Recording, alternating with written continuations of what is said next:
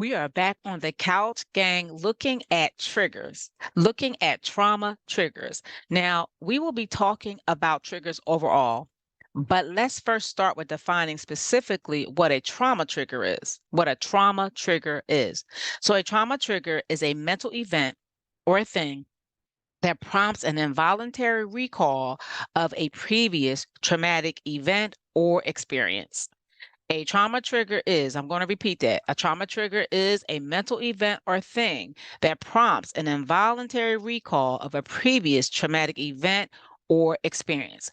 Now, the current event or thing that is being experienced by the person doesn't necessarily have to be life-threatening or even traumatic. Okay, be something completely neutral, right? Neutral meaning not good or bad, but something about the event is something about the event that may remind the person of a past traumatic experience. It could be something as simple as a scent, a sound, a piece of clothing. It could be a color of a room, smell of a room, the way a room is positioned. It can be an area or an event. But for the person who is experiencing that event or experiencing the triggering moment, that situation, that association is negative and it's connected to a negative event or painful situation. So I've had clients break out in full panic attacks at the sound of a song that was playing when they were abused.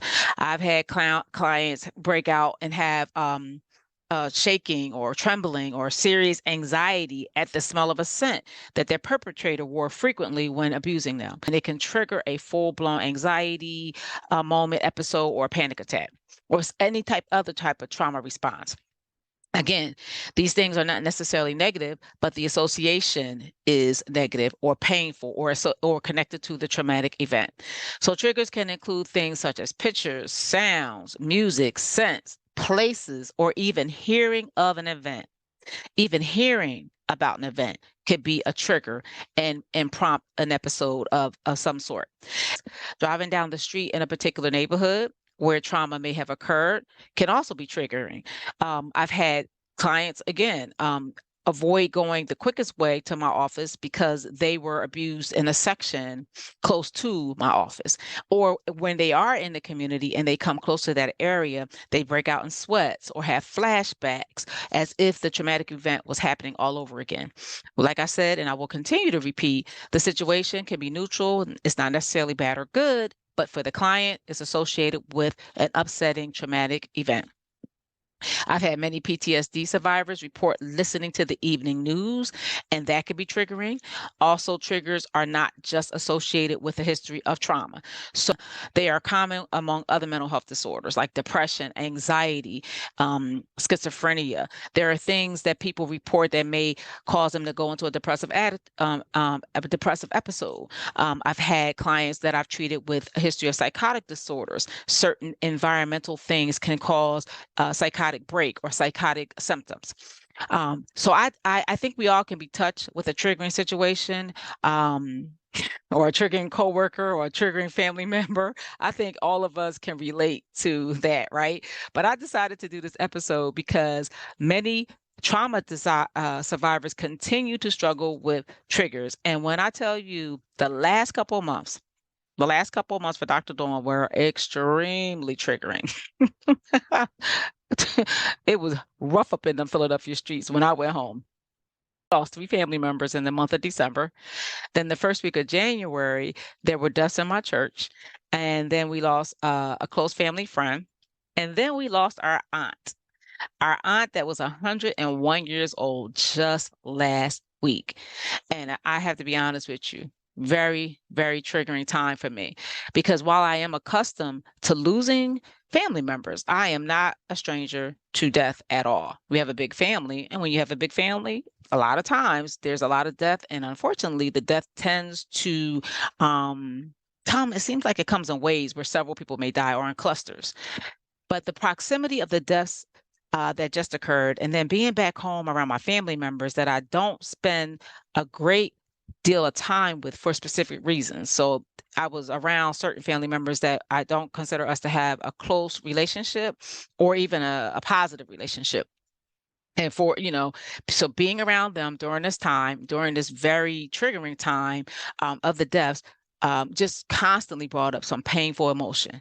And it reminded me of the feeling surrounding my parents' death, who died 2 months apart. So those of you who have been following me for a while know that my parents died 2 months apart. So I said, Dawn, let's move this episode up up in the season. Let's move this episode up in the season because I know that triggers are something that a lot of people struggle with. All of us have triggers. Now, how we respond to them may vary, but all of us have things that trigger certain emotions in us, painful emotions in us, right?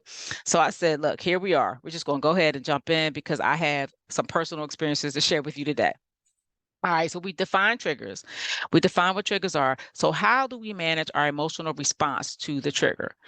How do we manage? Because the trigger itself, like I said, we all have them, but what can be damaging more than anything is our emotional response, how we responded to the situation after it happened. Okay, so when we have trauma, the response to a trauma trigger is often called trauma responses. So I am going to refer to it as a trauma response. Okay.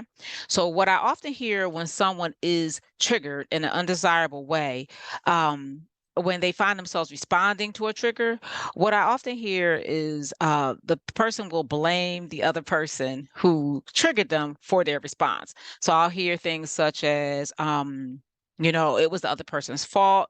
If they would not have done this, then I would not have done that. And that's generally a response I'll hear when in session, when we're addressing the way they responded, like yelling, screaming, hollering, silent treatment, property destruction, even physical aggression. And so when we're exploring that, they'll say, well, he should have did that or she should have did that.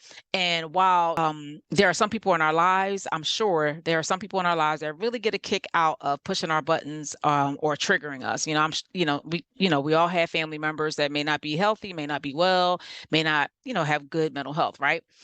And that's a real thing. I don't want to minimize it. However, it is up to us to manage our response to the trigger. That's our job, not the other person, not our spouse, not our friends. It's up to us to manage it.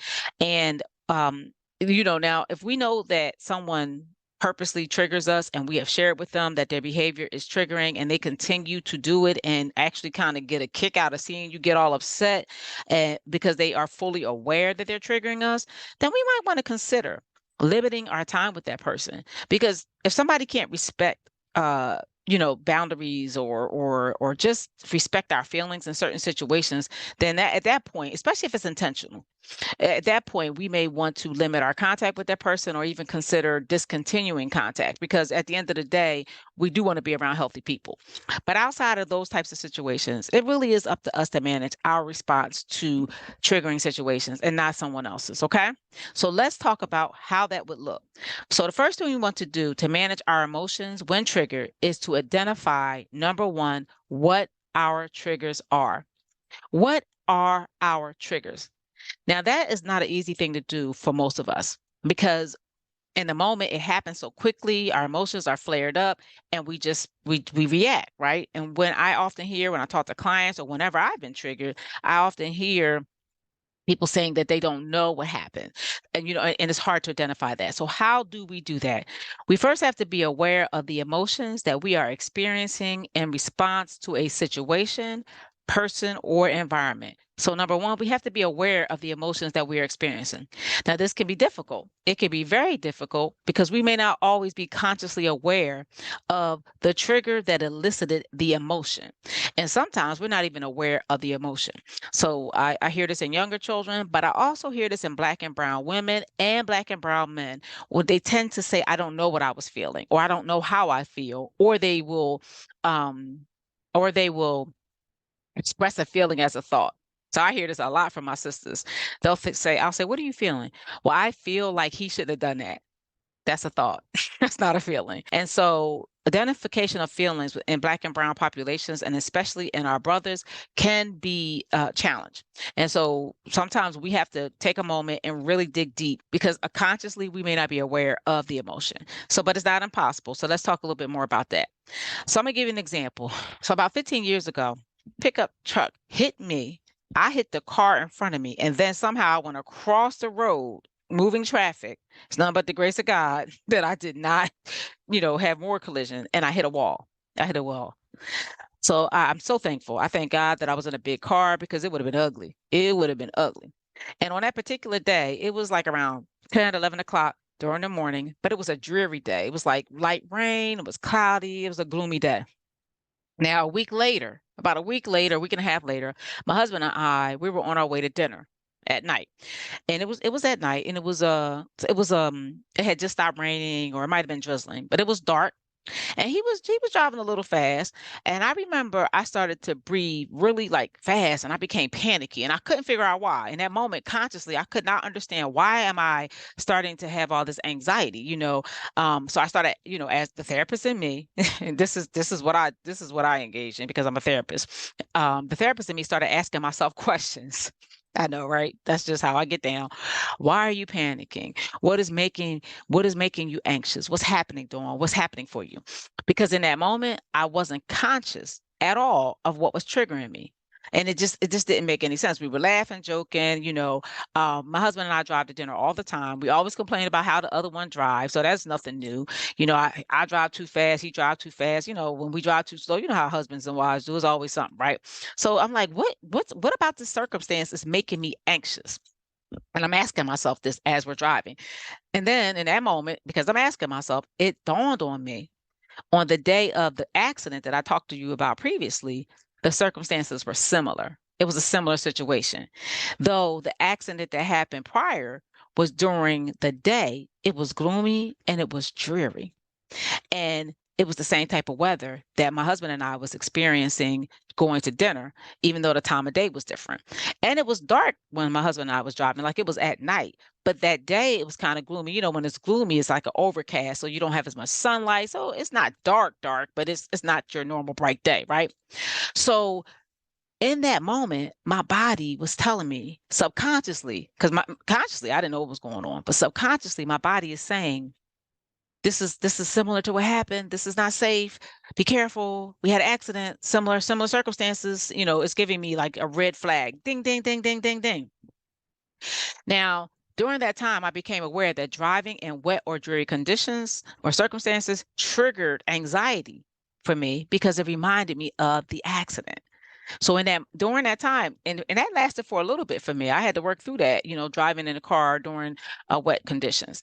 So to help become aware of our emotions, you're gonna have to do what I did, a similar thing. You have to ask yourself in that moment, what am I feeling right now? So what am I feeling? Is it anger, jealousy, rejection, sadness, anxiety? So if you use my example, in that moment, I was like, why am I anxious? I'm feeling anxious. I'm feeling anxious. So I labeled that I was feeling anxious. Now, identifying and labeling in the moment what we are feeling, research has found in itself causes the intense emotion to decrease, because labeling your emotion in that moment can actually cause that intense, overwhelming emotion to start to fizzle. Okay. So the first thing you want to do is what am I feeling? I'm feeling something. I'm overwhelmed. What am I feeling? And for me at that moment, I was feeling anxiety. So the next thing you want to ask yourself is, what is happening? So once I realized I was anxious, I went straight to, why am I anxious? I'm feeling anxious. Why am I anxious? Next thing you want to ask yourself is, what is happening right now? Like literally, what is happening for me right now? Like what is going on? What is going on in my surrounding environment? For me, at that time, I realized we're driving to dinner, which wasn't weird. So I had to ask myself what was going on in the current situation. And as I was doing that, it dawned on me I was driving. It's raining and it's gloomy. So that's what that we're in a car, it's raining and it's gloomy. So you want to ask yourself, what was going on in that moment? What were you watching TV? Were you listening to music? Did you smell something? Did you hear something? Like what is happening for me? And now we want to be as specific as possible when we're doing this. Next thing you want to do is ask yourself, how did I respond? Okay. When you go back and you retrace your steps and try to figure out what was going on for you, what was your response in that moment? Did you shut down? Did you yell? Did you scream? Did you leave? Did you have anxiety attack? Did you start crying? Did you become severely depressed? Did you grab a sugary treat? Did you eat excessively, drink excessively? What did you do in response to the overwhelming emotion? But this exercise is always better shortly after a situation because everything is still fresh, right? And when you get really good at it, you probably can do it in the situation. In the situation, you could label the emotion, and in the situation, you could ask yourself, what's happening for me in this moment to feel this way? Okay. But once you have labeled the emotion and identified the situation and your response, then retrace your steps prior to the situation. Because a lot of times we are reacting to something that has happened earlier in the day or the night before, or we might even woke up on the bad side of the bed. We done all had a bad day, bad hair day, bad night, bad morning, didn't sleep well. Any of those things might trigger. And in that moment when you're retracing, you want to ask yourself, was there a moment, a time where I felt the strong emotion build? Was there some time in that day where I kind of felt like this is building and I felt uncomfortable?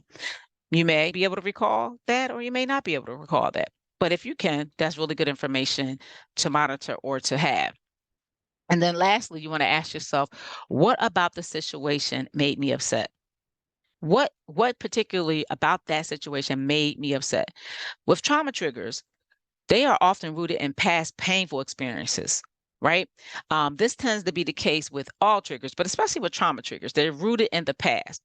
But to get to that answer, or to kind of reveal that, some questions to ask yourself is what does this remind me of? If you don't have it off the top of your head, like, what does this remind me of that's making me upset? Who does this person remind me of? If it's a person that every time I'm in that person's presence, they're triggering, who does that person remind me of? Okay. So these are some questions that you can ask yourself to help put together what I call the puzzle. Because in my mind, I come up with a puzzle of events, situations, people's stories, so that I can try to figure out where in that puzzle we can intervene, or where in that puzzle that a treatment might be effective or beneficial later down the line. Now, the steps that I'm talking to you about are steps that I do with my clients, and the steps that I try to do with myself when I find myself triggered. But these steps can be done with a therapist, because identifying triggers can be very difficult. It can be very difficult, especially if you have a history of trauma and complex trauma. It's not an easy thing. And understanding emotion, teasing out emotions. Trauma can be very messy, and the way it impacts us can cause us to feel all over the place. So I would suggest doing this with a trained professional. But or like a life coach or someone to that effect, or a nice counselor, someone that's really good at this. But these are some things that you could do on your own. Write it down, journal it, so that you can kind of get ahead of the game. Okay. All right. So once we have labeled the emotions, identified the situation, and examined why the situation or person is so upsetting, now we can go ahead and jump in front of the trigger and prepare for the next time we feel those overwhelming emotions, right? We can do things to be prepared for the next time we are triggered. Okay. So there's just going to be two things that I'm going to point out that we can do to help, I suggest, to help us manage. One of the things I want us to understand is that we will get triggered. So the trigger is separate from our response. Okay. Our response is what we call a trauma response. So we want to be able to manage our response to the trigger, because we can't always manage the trigger. We just cannot do that. Okay. But we can always manage our responses. So the first coping skill is to learn to sit with overwhelming emotion, because that's generally what happens with triggers. They spark an overwhelming emotion that just feels like it's too much for us to handle. Okay. And we could do this by engaging in positive, affirming self-talk. So when we have trauma triggers, remember that the current situation that we are in is not the actual trauma that we've experienced. All right. So what I shared with you earlier is that the thing that's triggering us oftentimes isn't threatening, and it's neutral, but the association for us is very negative and it feels threatening. Okay. But keep in mind, just because something feels a certain kind of way does not make it so. Does not make it so. Okay. So when we've been in a lot of pain and we have a complex history of trauma, our feelings can lead us astray. So we got to be careful with, because it feels like something, it is so. Because a lot of times when we're emotional, that's not accurate. Our feelings are not accurate. They're not. Okay. And remember, the feelings are coming from our emotional brain, which is the amygdala, right? And the amygdala and the frontal lobe, which is the logical brain, really need to communicate to bounce off of each other what's happening. So we can't be all logical, but we can't all be all feelings either. There has to be a nice little balance there. So, for example, if we are a victim of police violence, right, and we're listening to the news and they're covering an incident that's involving police brutality, we want to remember that right now, in this moment, we are safe. I'm safe. So I'm hearing this, it's distressing, and it's reminding me of what happened to me. But right now, I am safe. That's the positive affirmation. It's kind of reminding ourselves where we're at, saying things like, this is not happening to me right now. This is not. It happened, but right now I'm sitting in my living room and I'm listening to it. It's not happening to me right now. So a personal example for me is when I was home during the family deaths, there were lots of conversations going on with family members, because, we're planning and trying to get things together. And during that time, I felt that overwhelming emotion. I started getting triggered. It just prompted me to want to lay some folks out. I ain't gonna hold you. I wanted to lay them out because, these same people were, a part of my past painful traumatic events surrounding my parents' death. And so, because I was 18 when I lost both my parents, I wasn't I wasn't older like I am now and didn't have the skills as a therapist, right? Or even the supports that I have now in place. So I am listening to the conversation and I immediately wanted to just give it to him, like just give it to him, go vicious hard on him because I got all this stuff from what you used to do, and you're still that person because I'm hearing you, and I just I wanted to go in hard with no mercy, which likely would have triggered a litany of a whole lot of other undesirable events, right? And I'm not here for that. I'm not that person anymore. I'm not here for that. Right? So I had to remind myself. I had to cognitively remind myself through talking to myself, that self-talk, that this isn't 18-year-old Dawn. And tons of prayer, y'all. I had to stay prayed up while I was dealing with this in Philadelphia. But I had to say to myself, this isn't 18-year-old Dawn. I don't have dependence on this person. I don't need this person for anything specifically. Yes, they are family, but I don't depend on them and I don't need them. They are free to have their opinion, no matter how wrong I might think their opinion is, or how they handle things, how I might not agree with what they're saying or how they're doing things. It's their opinion. They're free. It's a free world. If I choose to respond, I can do so without violence, or I can simply remove myself. So I had to constantly, in addition to prayer, I had to constantly say those things to myself, right? So we want to remind ourselves that in that moment, this is not the traumatic situation from the past. That it is not. That you are safe and you can protect yourself.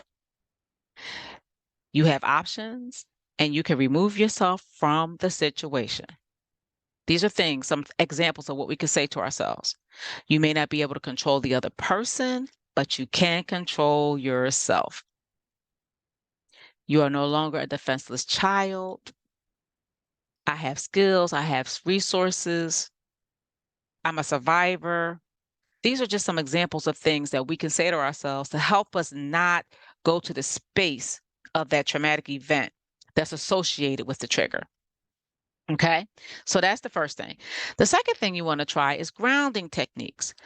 Grounding techniques. Now, I talk about these throughout all the seasons, even before we went strictly to trauma. But grounding techniques are really good for helping us reconnect and become aware of our body and start to de-escalate. Okay, so ask for a moment during that time if you find yourself triggered, like hey, can I need to use the bathroom. I'll be right back. Just ask for a moment. I need a couple minutes to get myself together. Excuse yourself, use the bathroom, and when you're in the bathroom, run some really cold water over your hands. That can help us kind of get back connected. Drink something cool, something really cool, or get a nice warm drink of your favorite choice. Okay. Now, non-alcoholic, okay? Because we don't want to stuff and avoid. We want to be present, because if you're not present, you're not healing, okay? So you want to be present, but you also want to be able to reconnect with yourself. If for some reason you can't remove yourself from the situation in that moment, then right there in that space, you can breathe deeply, And you could do some other things that no one even has to know you're doing. Like mentally, you can identify in the room all the colors in the room. Just start to identify all the colors that you see: red, blue, brown, gold, whatever. Mentally, you don't have to say it out loud. We don't want folks think you're talking to yourself. Okay. You can also mentally name 5 things you can see that's right in your proximity. You know, the 5, 4, 3, 2, 1 rule that's really used with grounding. So you can name 5 things that you see right in your eye gate: your balls, the table, the printer, whatever's in your space that you can actually see. Name 5 things. Then you could do 4. You want to name 4 things you could touch, like the chair you're sitting on, and then you want to touch it, or the table, or your phone, or your jacket, or your necklace. 4 things that you can touch. So you want to do that. Again, no one has to know you're doing this, but you're reconnecting. Okay. 3 things that you can hear. So in that moment, you can mentally, in your mind, pick out 3 things that you can actually hear. You may be able to hear someone talking outside the room, or the birds outside the window, or music playing in the background, whatever those 3 things are. And then 2 things you can smell. What does the room smell like? You may smell some fragrances. You may smell other things. Those are, just name 2 things you can smell. And then lastly, 1 thing that you can taste. You may have a piece of gum in your mouth, or you may have a piece of gum in your pocketbook that you could put in your mouth, a mint, or you may have drank coffee for breakfast. And we all know coffee be having that lingering taste in our mouths. We may have had something for breakfast that still is in our mouth, like as far as a lingering taste, right? So name at least 1 thing that you can taste, okay? That's the 5, 4, 3, 2, 1 technique, and that can help us calm down and de-escalate. Now, it may not solve all of our problems, but it will kind of get us to a space where we may be able to get our logical brain back online and respond in a manner that we are happy with later. Because often what happens with trauma responses to a trigger and responses to triggers in general is that we respond outside of our character, and then we beat ourselves up for that. So we're already trying to heal from whatever happened, the trauma, or whatever painful event, if you don't consider it trauma. And now I done blew it, and I'm judging myself, and I feel bad about that. And then it may damage some relationships that we may value. And so trauma responses generally are not good. And I'm not talking about just the physical aggression and yelling and screaming and hollering. Even when we start doing things internally, because some people take and stuff a lot and they don't respond at all outwardly. Nobody can see it, but they're stuffing. And so their blood pressure is going up. They may develop diabetes because they're stuffing, they're not responding, they're not acting out, but they're eating more, they're drinking alcohol more, or they're making really poor choices in their personal life. And so again, those things damage us in some type of way, and then we feel bad about it. So managing it and getting ahead of it can really help. And the grounding techniques that we just talked about, and also labeling the emotions we spoke about earlier, really allows our frontal lobe and our amygdala, which is our emotional brain, to reconnect and come up with a more positive or desirable solution to what's happening for us in that moment when we're having those intense emotions. Okay. And lastly, I do want to mention under grounding that meditation, daily practice of meditation is really great too, because it helps heal those areas from trauma that have been damaged in our brain. And again, establish that connection between the 2 brains that I was sharing with you, those areas of our brains. The last thing that you may want to try is accepting that it's not personal.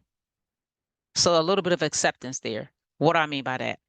I'm not saying by any means that we should accept abuse, but we have to accept that all of us have triggers and that some situations are just triggering. Listen, I had to come to grips with the fact that there are just some people that I am connected to, whether it's professionally, personally, or in my family, that are just triggers. They just trigger me. The way they manage, the way they do things, just triggering to me. It's not their fault. It really isn't. It's just life. All of us, again, have something that triggers us, right? So I had to accept that it's not personal. While it may feel very personal, because sometimes these things are directed towards us, they may even say our name when they're doing it, or the situation may be about us. It still is not personal. And for me, when I was home during this time of all the deaths, it was very eye-opening for me over the last few months to realize that with my family, the treatment that I experienced during and around the deaths of my parents wasn't personal. It wasn't personal to me. I saw that over the last couple of months because I saw it happen again with other family members. And I had nothing to do with it. But what I realized is a family pattern, a familial pattern that is unhealthy for show. It's unhealthy for show, but it is not personal. So again, doesn't mean I have to accept abuse or mistreatment or even being around somebody that I don't necessarily want to be around. I don't mean I have to keep doing that. That's not what I'm saying. But it does mean that we have to understand that triggers are often our body's way of telling us that something still requires healing. And that's not a bad thing because you're listening today. I'm here today doing what I'm doing so that we can all heal and we can heal together. Okay. Because it's a journey, it's not an end destination. We should be working on being better and better and healing any areas until we take our last breath. Okay. We are not perfect people, and that's okay. We're just not perfect people. And it's just going to be some things that bother us more than others. So let me be clear before we close out that this does not mean we get to react and respond in any old manner. That don't mean we get to hem them up, drag them, choke them, name call, blow them out the water. It doesn't mean that we got to be that person. So I don't want no problem. I don't want to hear from my clients or anybody in my DMs or email that I said it was okay to drag somebody because they triggered you. That's not at all what I am saying at all. I'm going to be clear. Let me be clear. That is not what I'm saying. But what I am saying is that um, you have to be kind to yourself when it happens. When you find yourself triggered, and if you miss it, and if you respond, and if you respond in a manner that was less than the way you wanted to respond, you got to be kind to yourself. You got to be kind, and you have to remember that you are still evolving and growing, especially if you're healing from trauma. Trauma is a lot. It's a lot. And the longer that we wait to get treatment often means the harder it is to heal, but it's not impossible. It's not impossible. So when you find yourself triggered or bothered or upset, and even if you don't react the way you think you should react or the way your therapist told you to react or in an appropriate manner, be kind to yourself, learn from the situation, have grace. Have grace for yourself, and then take real steps to improve and do better. That's all I got.